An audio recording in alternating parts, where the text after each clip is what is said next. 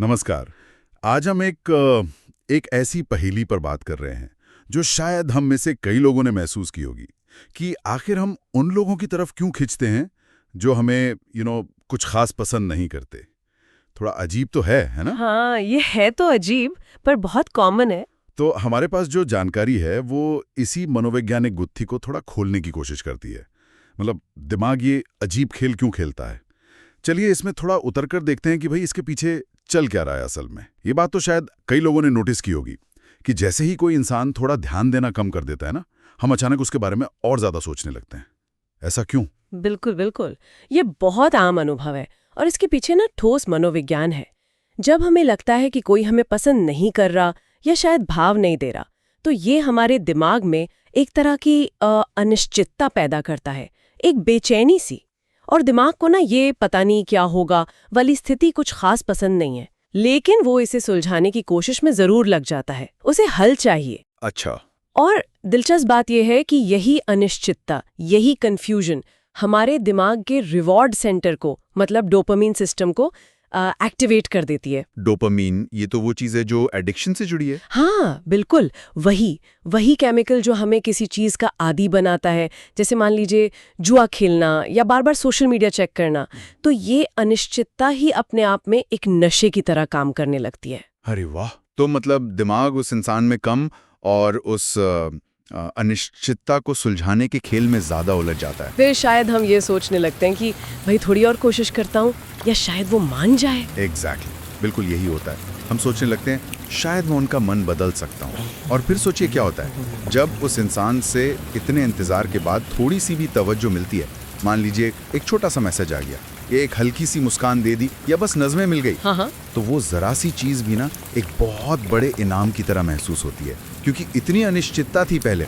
और ये छोटा सा पल, ये छोटा सा इनाम डोपामाइन का एक जबरदस्त उछाल लाता है दिमाग में। अच्छा। तो धीरे धीरे क्या होता है, दिमाग इस पैटर्न को सीख जाता है। वो अस्वीकृति के बाद मिलने वाली जो खुशी है ना, उसको जोड़ने लगता है। मतलब अस्वीकृति और खुशी का कनेक्शन बन जाता है। हाँ, एक तरह से मनोवैज्ञानिक इसे कहते हैं इंटरमिटेंट रीइंफोर्समेंट। इंटरमिटेंट रीइंफोर्समेंट, हाँ सुना है इसके बारे में। मतलब ऐसा इनाम जो कभी कभार ही मिलता है, जिसका कोई तय वक्त नहीं होता। ये बिल्कुल वैसा ही है जैसे स्लॉट मशीन काम करती है। अच्छा। आपको पता नहीं होता कि अगली बार जैकपॉट कब लगेगा, इसीलिए आप खेलते रहते हैं और पैसा डालते रहते हैं। हाँ, सही बात है। रिश्तों में भी यही होता है।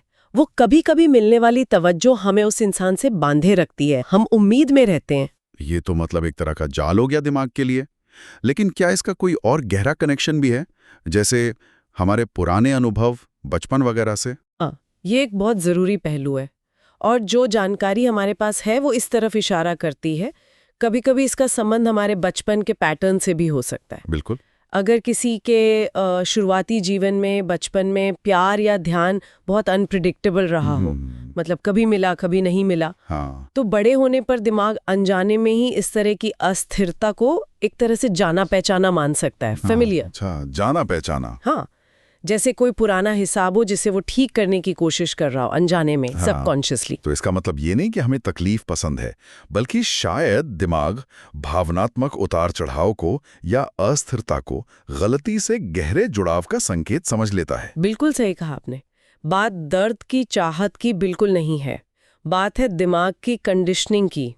वो उस अस्थिरता और कभी कभार मिलने वाले इनाम के चक्कर में फंस गया है और ये पहचानना कई बार मुश्किल हो जाता है कि ये सच्चा लगाव है या बस एक सीखा हुआ पैटर्न। तो अगर हम इन सब मनोवैज्ञानिक धागों को जोड़कर देखें तो जो मुख्य वजह नजर आ रही हैं वो हैं, एक तो डोपामीन की लत जो अनिश्चितता और इंटरमिटेंट रीइंफोर्समेंट से आती है। हाँ। और कुछ मामलों में बचपन के वो अनसुलझे पैटर्न का असर। बिल्कुल। और शायद सबसे जरूरी बात जो ये जानकारी हमें सिखाती है वो ये है कि जो इंसान आपको सच में महत्व देता है, सच में पसंद करता है, वो आपको कभी इस उलझन में, इस कश्मकश में नहीं डालेगा कि आप उनके लिए क्या मायने रखते हैं। सही बात है। जो सच्चा स्नेह होता है, जो असली जुड़ाव होता है, वो ज्यादातर शांतिपूर्ण महसूस होता है। उसमें चिंता या बेचैनी नहीं होती। शांतिपूर्ण। हाँ, और शायद इस एक समझ को पकड़ लेना ही इस अस्वीकृति के पीछे भागने वाले चक्र को तोड़ने में मदद कर सकता है। तो कुल मिलाकर बात यह है कि दिमाग हमें अनिश्चितता और वो कभी हाँ कभी ना वाले इनामों के इस मनोवैज्ञानिक जाल में फंसा सकता है और ऐसे रिश्तों की तरफ धकेल सकता है जहां हमें लगातार कोशिश करनी पड़ती है, खुद को साबित करना पड़ता है। हाँ, और ये हमें एक गहरे सवाल पर सोचने के लिए भी छोड़ जाता है, नहीं? क्या? कि असल में वो शांतिपूर्ण और सुरक्षित महसूस कराने वाला स्नेह, वो होता कैसा है? कैसा महसूस होता है? और अगर कोई उस एहसास को पहचानना सीख जाए, तो ये उसके रिश्तों को देखने और बनाने के तरीके को कैसे बदल सकता है? एक सोचने वाली बात है।